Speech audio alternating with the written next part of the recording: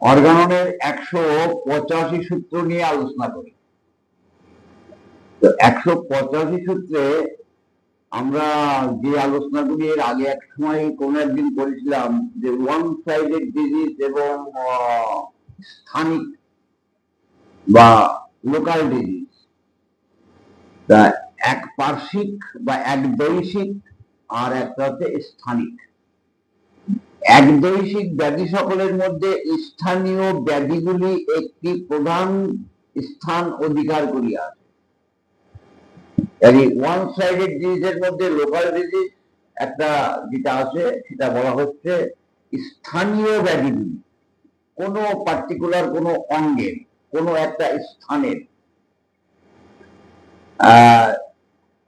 আর একদৈশিক ব্যাধি বলতে আমরা যেটা বুঝাই সেটা হচ্ছে কোনো একটা সাইডে বা কোনো একটা আভ্যন্তরীণ কোনো স্থানের, এটা। তাহলে বলা হচ্ছে একদৈশিক ব্যাধি সকলের মধ্যে স্থানীয় ব্যাধিগুলি একটি প্রধান স্থান অধিকার করিয়া আছে। যে সকল পরিবর্তন বা রোগ শরীরের বহির্ভাগে উপস্থিত হয়, বহির্ভাগে আঁচিল হোক, টিউমার হোক, দাগ হোক, একজিমা হোক, শরীরের বহির্ভাগে উপস্থিত হয়, তাহারাই স্থানীয় ব্যাধি নামে অভিহিত। তাহলে লোকাল ডিজিজ বলতে আমরা কি বুঝি? শরীরের বহিরঙ্গে কোনো একটা স্থানে রোগের ফলগুলি প্রকাশ পায় বা রোগ লক্ষণ প্রকাশ পায়, তাকে আমরা স্থানীয় ব্যাধি নামে অভিহিত বা লোকাল ডিজিজ বলে খ্যাত করি, জানতে পারি। এই পর্যন্ত চিকিৎসা বিভাগে এই ধারণা প্রচলিত ছিল যে, মানে হ্যানিম্যান সাহেব বলছেন যে হোমিওপ্যাথি চিকিৎসা বিজ্ঞান আবিষ্কার হওয়ার আগে অ্যালোপ্যাথি ট্রিটমেন্টে সাধারণত এই লোকাল ডিজিজ গুলিকে শরীরের ওই অংশেরই রোগ বলে ধারণা করা হতো। তার সাথে যে দেহ অভ্যন্তরে বা অন্যান্য অঙ্গ প্রত্যঙ্গ, অন্যান্য কোনো অর্গান বা প্রাণ শক্তির সংযোগ আছে এই ধারণা করা হতো না। শরীরের এই সকল অংশই কেবল আক্রান্ত হয়, এই ধারণা ছিল। এই পর্যন্ত চিকিৎসা বিভাগে এই ধারণা প্রচলিত ছিল যে শরীরের এই সকল অংশই কেবল আক্রান্ত হয়, অবশিষ্ট অংশ রোগের ভার বহন করে না। তাহলে পাইলস হয়েছে, ফিসার হয়েছে, শরীরের বহিরঙ্গে বহির্বলি দেখা যাচ্ছে, তাহলে এরা আমরা ধারণা করতাম যে শরীর আভ্যন্তরে অন্যান্য কোনো অঙ্গের সাথে, প্রাণ শক্তির সাথে, শরীরের অন্যান্য কোনো যন্ত্রের সাথে এর কোনো কানেকশন নেই। একজিমা হয়েছে, টিউমার হয়েছে, আঁচিল হয়েছে, এটি একটি হাস্য সম্পদ, আনুমানিক মত, একটা হাস্য সম্পদ আনুমানিক মত মানে হাস্যকর অনুমান, যাহা অতিশয় বিপজ্জনক চিকিৎসা পদ্ধতির প্রবর্তন করিয়াছে। এই যে হাস্য সম্পদ আনুমানিক যে চিন্তা ভাবনা, যে লোকাল ডিজিজ ওই লোকাল যন্ত্রটাই আক্রান্ত বা লোকাল স্থানটাই আক্রান্ত, ওর সাথে শরীর আভ্যন্তরের কোনো কানেকশন নেই, এই ধারণার বশবর্তী হয়ে যে চলতো অ্যালোপ্যাথি চিকিৎসা বিজ্ঞান তথা এখনো চলে, এই জাতীয় চিন্তা ভাবনার কারণে খুব মহা বিপদ ঘটে। অর্থাৎ কেমন বিপদ ঘটে?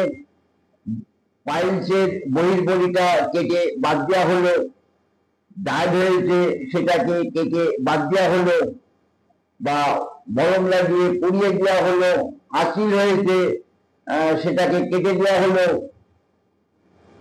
টিউমার হয়েছে বহিরঙ্গে কোনো, সেটাকে কেটে দেওয়া হলো। এইভাবে লোকাল ডিজিজটা স্থানিক রোগ, শরীর আভ্যন্তরের সাথে এর কোনো কানেকশন নেই, এই ধারণাটা হাস্য সম্পদ এবং আনুমানিক।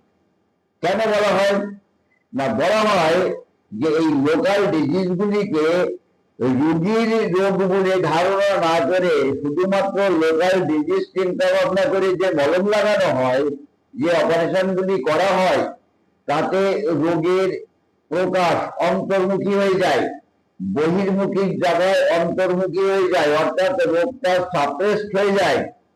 ওই রকম দাঁতে মলম লাগানোর পরে যক্ষা রোগ এসে উপস্থিত হয়, দাঁতে মলম লাগানোর পরে লোকটা কিছু বছর পরে পাগল হয়ে গেল, বা তার হৃদযন্ত্র আক্রান্ত হলো, বা তার লিভার যন্ত্র বা কিডনি আক্রান্ত হলো, রোগটা যেটা প্রকাশ পাচ্ছিল একটা স্কিনের মধ্যে দিয়ে বা তার অন্য কোনো অঙ্গের মধ্যে দিয়ে সেইটা চাপা পড়ে গেল। দেখা যায় এইরকম আমরা বহু রোগী পাই যে এইরকম ধরনের চর্মরোগ চাপা পড়ার পরে বা অর্থ বা ভগন্দর অপারেশন করার পরে কঠিন কঠিন রোগ হয়।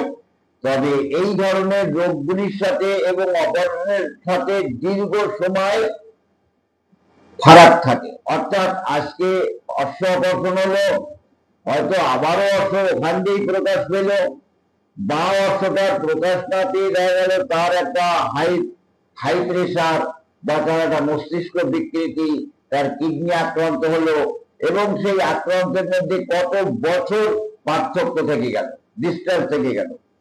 তার ফলে অ্যালোপ্যাথি চিকিৎসকরা এই মতাদর্শে যারা বিশ্বাসী তারা বলে আপনার এটা নতুন রোগ, এই রোগের সাথে ওই রোগের কোনো সম্পর্ক নেই।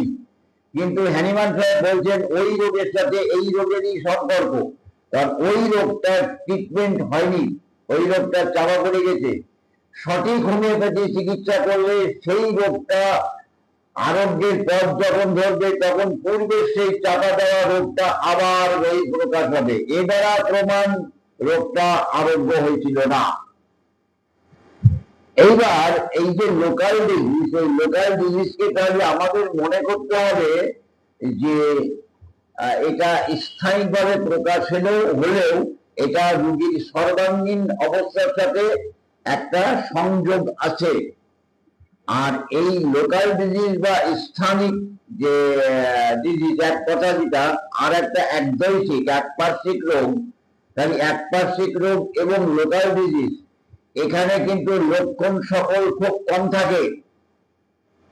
আমি সেই সময় বলেছিলাম disease with but few symptoms, এই স্বল্প লক্ষণযুক্ত রোগের মধ্যে স্থানিক রোগ এবং ওয়ান সাইডেড ডিজিজ পড়ে। এই ধরনের রোগ লক্ষণগুলি শরীরাভ্যন্তরে বা রোগীর মধ্যে প্রকাশ কম থাকে বা রোগী অনুভব করে না। বিচক্ষণ চিকিৎসক এইগুলি খুঁজে বের করে বা চাপা দেওয়া কোনো রোগের ইতিহাস আছে কিনা সেগুলি খুঁজে বের করে এবং তদনুসারে ট্রিটমেন্ট করলে এই রোগগুলি আরোগ্য হয়।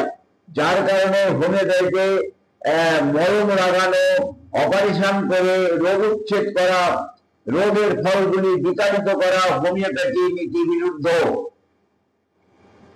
কিন্তু দেখা যায় সেই কাজটাই কিন্তু হোমিওপ্যাথি নামধারী ডাক্তাররাও করে, অর্থাৎ তাদের অজ্ঞতা প্রকাশ করে মলম দিয়ে।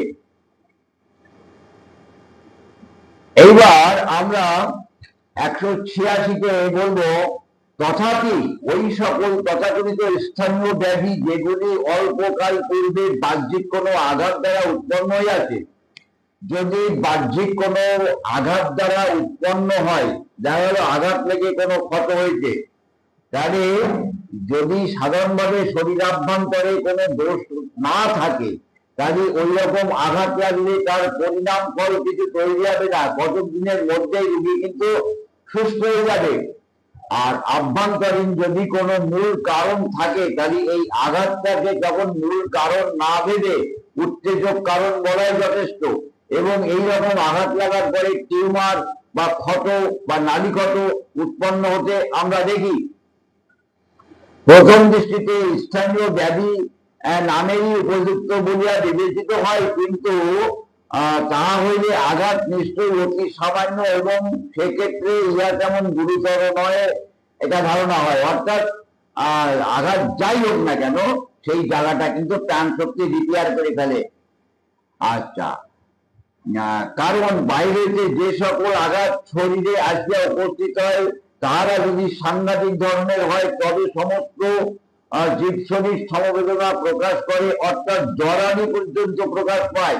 আঘাত লাগার পরে প্রচন্ড পরিশ্রম করার পরে সমস্ত শরীরটাই যখন আক্রান্ত হয় তখন কিন্তু দেখা যায় যে জ্বর পর্যন্ত এসেছে। এই সকল ব্যাধির জন্য সৈন্যতন্ত্রের উপর নির্ভর করা হয়, অর্থাৎ hanging, burning, poisoning, snake bite, dog bite and accident.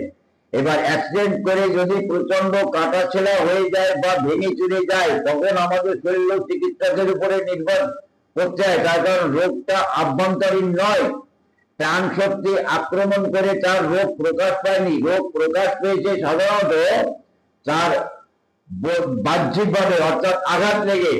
যদি এই শল্যতন্ত্র দ্বারা চিকিৎসা করার পরেও সেই সমস্ত জায়গাগুলি পূর্ণভাবে ক্লিয়ার না হয় এবং শরীর দোষের কারণে অন্যান্য রোগ লক্ষণগুলি প্রকাশিত হতে থাকে তখন আমাদের সামগ্রিক রোগীটাকে লক্ষ্য করে ওষুধ প্রয়োগ করলে তবে সেই দোষগুলি দূরীভূত হয়।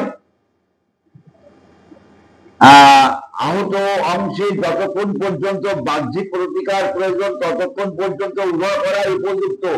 তাহলে আঘাত লেগে কেটে গেলে যদি বাহ্যিকভাবে কোনো ক্ষত, অনিষ্ট, রক্ত পড়া ইত্যাদি থাকে তাহলে বাহ্যিকভাবে সেগুলি করতে হয় কিছু লাগিয়ে বা সেলাই করে, শল্য চিকিৎসা করে। আচ্ছা, এইবার কারণ তার দ্বারা যে আরোগ্য কেবল জীবনী শক্তির সহযোগেই সম্ভব হইতে পারে বলে আশা করা যায়, তারাই বাহ্যিক বাধাগুলি স্থূল প্রক্রিয়া সমূহ দ্বারা দূরীভূত করা যায়। অর্থাৎ এই বাহ্যিকভাবে সাহায্য করলে সেই আঘাতটা অনেক সময় ক্লিয়ার হয়ে যায় যদি আভ্যন্তরীণ ভাবে অন্য কোনো কারণ সেখানে না থাকে যদি। আচ্ছা, বলা হচ্ছে যে যেমন সন্ধিচ্যুত অস্থিগুলির পুনঃসংযোগ, সুস বা বস্ত্র বন্ধনী দ্বারা ক্ষত মুখগুলির একত্রীকরণ, যান্ত্রিক চাপে ছিন্ন ধমনী সকল হইতে রক্তস্রাব বন্ধ করা, শরীরাংশে প্রবিষ্ট শলাকাদি বাহ্য বস্তুর বহিষ্করণ, ছিদ্রকরণ বা কোন সঞ্চিত রস বা স্রাবের নিঃসরণ, ভগ্নাস্থির ছিন্ন অংশদ্বয়ের পরস্পর সংযোগ এবং তাহাদের যথাস্থানে রাখিবার জন্য উপযুক্ত বন্ধনী প্রয়োগ ইত্যাদি। কিন্তু ওই প্রকার আঘাতে যখন সমস্ত জীব শরীর আরোগ্য কার্য সমাধানাত্মক ক্ষিপ্র সূক্ষ্ম শক্তির সাহায্য প্রার্থনা করে, অর্থাৎ এগুলি করার পরে যখন রোগী সম্পূর্ণভাবে সুস্থ হয় না, আভ্যন্তরীণভাবে সূক্ষ্ম শক্তি ওই রোগীটা প্রার্থনা করছে, অর্থাৎ তার রোগ লক্ষণগুলি এমন ভাবে এখন পৌঁছে গিয়েছে যে আভ্যন্তরীণভাবে হোমিওপ্যাথি ওষুধ প্রয়োগ না হলে ওই রোগীটা কখনো আরোগ্য হবে না। আঘাত প্রার্থনা করে, যেমন যখন মাংস এবং উপাস্থির ছিন্ন অবস্থার ফলে উৎপন্ন ভীষণ জ্বর আভ্যন্তরীণ ঔষধ দ্বারা দূর করিবার প্রয়োজন হয়, কিংবা যখন কোন স্থানের ঝলসানো বা পোড়ার জ্বালা সমলক্ষণ মতে ঔষধ দ্বারা উপশমিত করিবার প্রয়োজন হয়, তখন আভ্যন্তরীণ শক্তি প্রদানক্ষম চিকিৎসকের এবং তার সাহায্যকারী সমলক্ষণ তত্ত্বের আবশ্যক উপস্থিত হয়। অর্থাৎ সেই আঘাত লাগুক, কেটে যাক, পড়ে যাক, ছিঁড়ে যাক, ভেঙে যাক, বাহ্যিক কারণ থেকে যে রোগগুলি হয় বাহ্যিকভাবে যে সমস্ত ব্যবস্থাগুলি করা দরকার করেও যখন রোগী সুস্থ হতে চায় না তখন আমাদের রোগীটাকে সামগ্রিকভাবে রোগী ধরে ট্রিটমেন্ট করলেই তখন ওই লোকাল ডিজিজটা বা স্থানিক ডিজিজটা আরোগ্য হয়। বুঝা গেল নিশ্চয়ই? হ্যাঁ।